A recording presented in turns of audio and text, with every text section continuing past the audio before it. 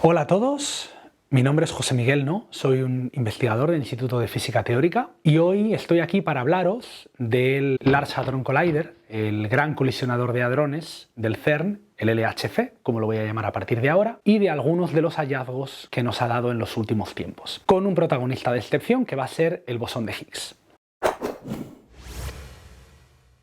Vamos a ponernos un poco en contexto hablando de algunos de los datos del LHC y de su historia, sobre todo para aquellos que no están quizá tan familiarizados con esta gran máquina. El LHC es un acelerador de partículas, una máquina que acelera núcleos de hidrógeno, protones, a unas energías altísimas para luego hacerlos colisionar y producir un montón de partículas y estudiarlas. Es un enorme acelerador, 26 kilómetros y 700 metros de circunferencia, que está situada a las afueras de Ginebra, en el CERN, a unos 100 metros bajo tierra, en un túnel excavado, en la frontera entre Francia y Suiza. Acelera estos protones a unas energías de 7 teraelectronvoltios. Un electronvoltio es una unidad de energía que usamos los físicos, y para daros una idea de lo que es, un protón, un núcleo de hidrógeno, tiene una masa de 1 gigaelectronvoltio aproximadamente. Este acelerador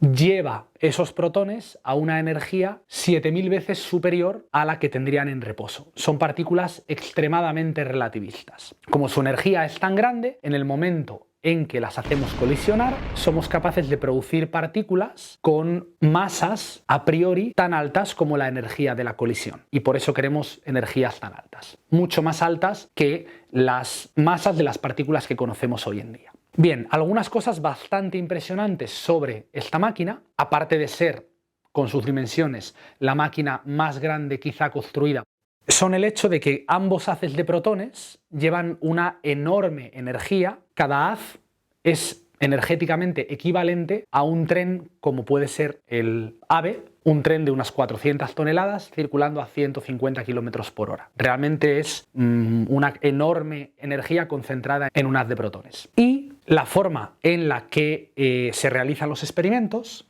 es: yo tengo este acelerador circular, tengo un haz de protones circulando en un sentido, otro haz circulando en otro sentido, por conductos muy próximos entre sí, pero que no intersectan, salvo en una serie de puntos en los que se hace intersecar y se hace colisionar a estos haces. En esos puntos hay situados unos enormes detectores que recogen los productos de estas colisiones y analizan los datos que se han dado en estas colisiones. Estos detectores en el LHC son 4, que se llaman Atlas, CMS, ALICE y LHC-B. Y los 2 detectores más grandes y más multipropósito, que buscan física de manera más general, son los detectores Atlas y Siemens. Cada uno de estos detectores está diseñado como un cilindro en forma de capas de cebolla, donde cada una de esas capas recoge una cierta información de la colisión. Por ejemplo, los haces vienen por aquí, ¿vale? Y la colisión se produce en el centro.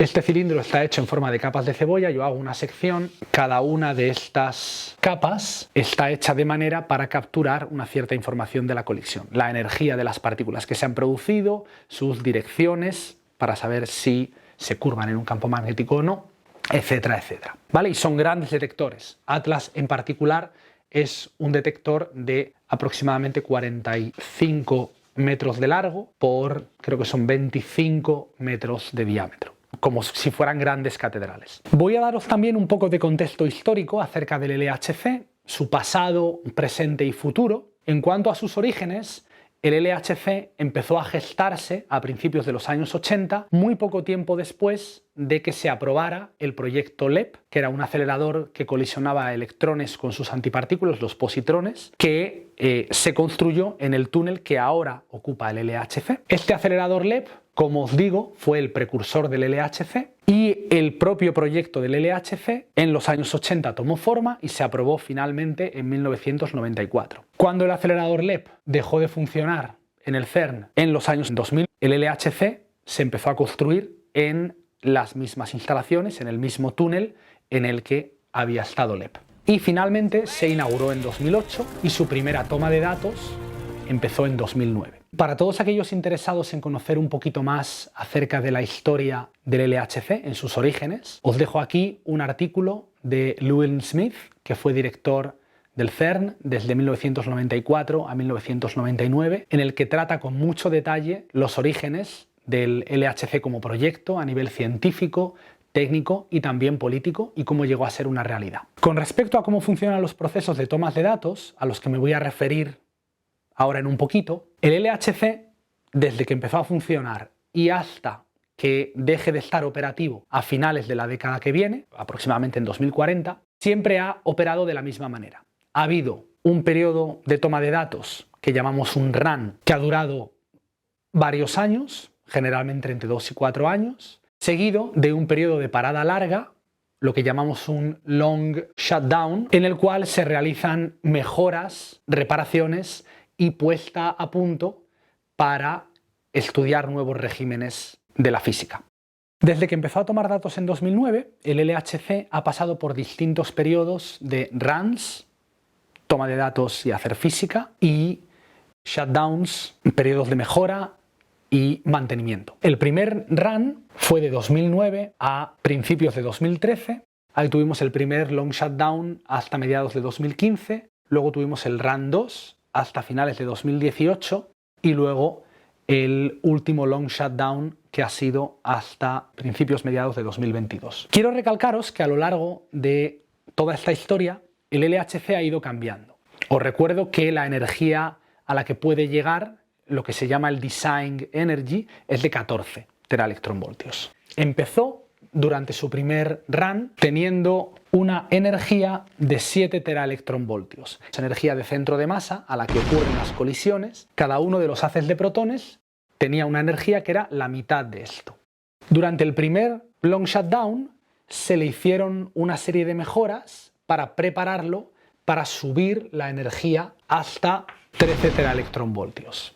En este caso cada uno de los haces tendría 6,5 teraelectronvoltios y ahora en el periodo de toma de datos en el que nos encontramos desde hace más o menos un año, el LHC está llegando a poder operar a los 14 teraelectronvoltios para los que fue diseñado. Cada uno de los haces de protones, 7 teraelectronvoltios. Os dejo aquí también un esquema de cuál va a ser el funcionamiento futuro en estos términos del LHC desde ahora hasta que termine de funcionar aproximadamente en 2040. Pues bien, el bosón de Higgs se descubrió durante este primer Run 1. El anuncio de su descubrimiento se hizo público en 2012. Y desde entonces hasta ahora, las colaboraciones experimentales ATLAS y CMS han pasado de el momento del descubrimiento en que se centraron en ver las propiedades del bosón de Higgs de manera cualitativa a, en los sucesivos runs, en las sucesivas tomas de datos y en el análisis de esos datos a lo largo de todos estos años, entender con mucha más precisión cuáles son las propiedades de este bosón de Higgs. El año pasado, prácticamente coincidiendo con el comienzo del Run 3, se celebró el 10º aniversario del descubrimiento del bosón de Higgs. Podríamos decir que se nos ha hecho mayor. Y como os digo, en todo este tiempo hemos pasado de descubrirlo a entenderlo con muchísima precisión. Y por último, os quiero contar, dentro de estos descubrimientos de precisión, 2 de los últimos que se han llevado a cabo, que nos permiten entender mucho mejor el papel del bosón de Higgs en la naturaleza y en cómo interacciona con el resto de partículas que conocemos. Dejadme hacer un repaso muy rápido a las partículas elementales que conocemos en la naturaleza. Por un lado tenemos las partículas de materia, que vienen en 2 tipos. Los quarks, que son los constituyentes, por ejemplo, del protón y el neutrón, y los leptones, por otro lado, en los que encontraríamos el electrón, los neutrinos y compañeros cargados del electrón, como el muón o el leptón tau. Estas partículas de materia vienen en 3 familias que replican propiedades, pero son cada familia más pesada que la anterior. La primera familia, que tiene el quark up y el quark down, el electrón y el neutrino electrónico, son las partículas más ligeras y son las que constituyen la materia ordinaria, protones, neutrones, átomos, etc. Y luego tenemos una segunda familia y una tercera familia, tanto de quarks como de leptones, con partículas más pesadas. Tenemos el quark charm, el quark strange, el muón, neutrino muónico y por último la tercera familia, que es la más pesada de todas, con el quark top, que es la partícula más pesada que conocemos, quark bottom, el leptón tau y el neutrino tauón. Esto con respecto a las partículas de materia. Y luego tenemos los bosones vectoriales, tenemos el fotón, el gluón y los bosones vectoriales masivos, el W y el Z. El bosón de Higgs interacciona más intensamente cuanto más pesada es la partícula. Entonces interaccionará más intensamente con los bosones W y el Z y con las partículas de la tercera familia, que son las más pesadas. ¿Bien?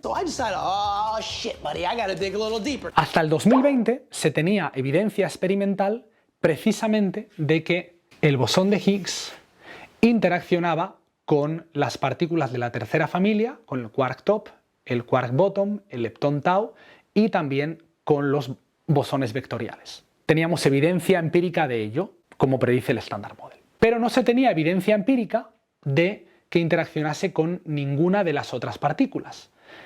Y dado que nuestra comprensión de cómo toman masa esas partículas es a través de su interacción con el bosón de Higgs, era importante poder corroborarlo.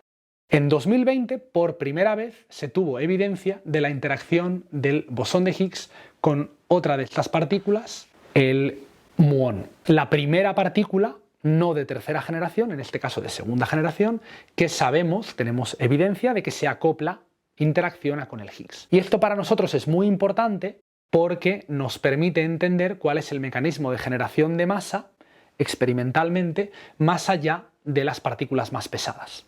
¿Por qué hemos tenido que esperar hasta 2020 para conseguir esta evidencia empírica? Precisamente por el hecho de que como el bosón de Higgs interacciona con estas partículas proporcionalmente a su masa, al menos eso es lo que predice el modelo estándar, solamente 2 aproximadamente de cada 10.000 bosones de Higgs que producimos se desintegran en pares muón-antimuón, de manera que podemos ver esa interacción directamente. Como esto ocurre muy pocas veces, necesitamos ser capaces de producir una enorme cantidad de bosones de Higgs para ver los efectos de esta desintegración. Y por eso hemos tardado tanto tiempo, entre otras cosas, también porque el análisis es difícil, pero esto no os lo contaré hoy, en ser capaces de ser sensibles a la interacción del Higgs con los muones. Y por último, además de la interacción directa con estas partículas, el bosón de Higgs se puede desintegrar en partículas con las que no interacciona directamente. Por ejemplo, interacciona directamente con los quarks bottom. Podemos representar pictóricamente la desintegración en un par quark-antiquark bottom a través de este diagrama, donde este vértice representa la interacción y es una interacción directa, pero es posible que el bosón de Higgs se desintegre en partículas con las que no interacciona directamente. Un ejemplo de ello es la desintegración del Higgs en 2 fotones. El bosón de Higgs no está cargado eléctricamente y por tanto no interacciona directamente con los fotones. Pictóricamente yo no tengo una interacción directa con los fotones, esto no existe. Sin embargo, es posible que el bosón de Higgs se desintegre en 2 fotones a través de la interacción directa con otras partículas que a su vez interaccionen con los fotones. Por ejemplo, el bosón de Higgs interacciona con los bosones vectoriales W y con el quark top. El bosón vectorial W y el quark top tienen carga eléctrica y por tanto ellos sí interaccionan con el fotón. De esa manera yo puedo tener una desintegración del Higgs en 2 fotones mediada por la interacción directa del Higgs con el quark top. A este tipo de procesos los llamamos procesos radiativos, porque no ocurren por interacción directa, sino mediados por estas otras partículas, ¿vale? Voy a poner también aquí el diagrama con los W. Este canal de desintegración de Higgs en 2 fotones fue, de hecho, uno de los modos de desintegración del Higgs que permitieron su descubrimiento en 2012. Y hasta hace muy poco no se tenía evidencia experimental de ninguna otra desintegración radiativa del bosón de Higgs. Esta era la única. Pues bien, este año los resultados se han presentado en la conferencia LHC Physics que ha tenido lugar a finales de mayo en Belgrado, se ha visto por primera vez evidencia experimental del decaimiento del Higgs en un fotón y un bosón vectorial Z. Diagramáticamente, esto ocurre por procesos muy parecidos a los que tenemos aquí, donde sustituimos un fotón con un Z. Es un proceso radiativo, no hay un acoplo, no hay una interacción directa del Higgs con un Z y un fotón.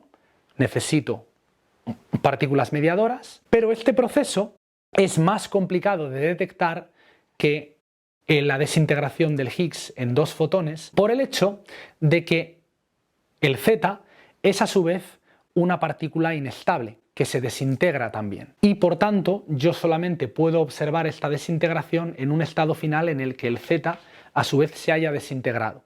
El Z, para que se desintegre en algo que sea fácil de detectar, se desintegra en muones o electrones, y eso hace que el número de bosones de Higgs que se desintegran en un estado final que yo pueda reconstruir, que yo pueda estudiar, es todavía más pequeño. Si la probabilidad de que un bosón de Higgs se desintegre en un fotón y un bosón vectorial Z es aproximadamente de 1 por 1000, uno de cada 1000 bosones de Higgs se desintegra de esta manera, tengo que a su vez multiplicar eso por la probabilidad de que uno de estos bosones vectoriales Z se desintegre en, por ejemplo, un par de muones o electrones, que es también pequeña. Estamos hablando de un 6,5-6,6%. En total, el producto de esos dos números es algo muy pequeño. Y por tanto, una vez más, necesito muchos bosones de Higgs para poder tener una desintegración como la que estoy buscando. Pero con suficientes datos es posible estudiar esto y, como os decía, este año se ha conseguido por primera vez tener una evidencia experimental de que este decay ocurre, de que esta desintegración está en la naturaleza. ¿Por qué buscar esta desintegración en un fotón y un bosón vectorial Z?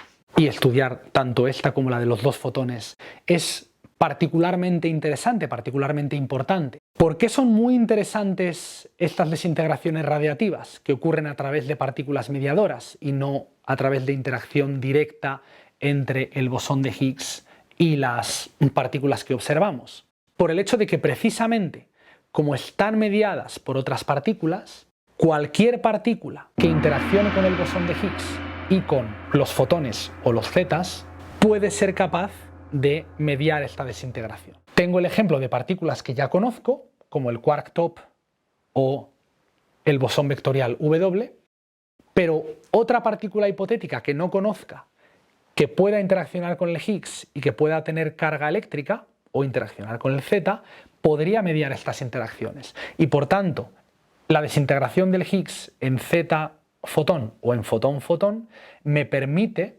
estudiar, ser sensible a la posibilidad de que haya partículas nuevas que yo no conozco que medien estas desintegraciones. Por tanto, contrastando la predicción del modelo estándar en el que no hay partículas nuevas con los datos experimentales en los que podría o no haber esas partículas nuevas, me permite ver si esas partículas nuevas que interaccionan con el Higgs existen o no. Y esto ha sido una de las cosas que ha levantado más expectación en este resultado. El hecho de que estamos siendo sensibles a nueva física en esta desintegración que antes no lo éramos. Si existe realmente nueva física en esos decays, en esas desintegraciones, lo veremos con el tiempo. Muchas gracias y hasta pronto.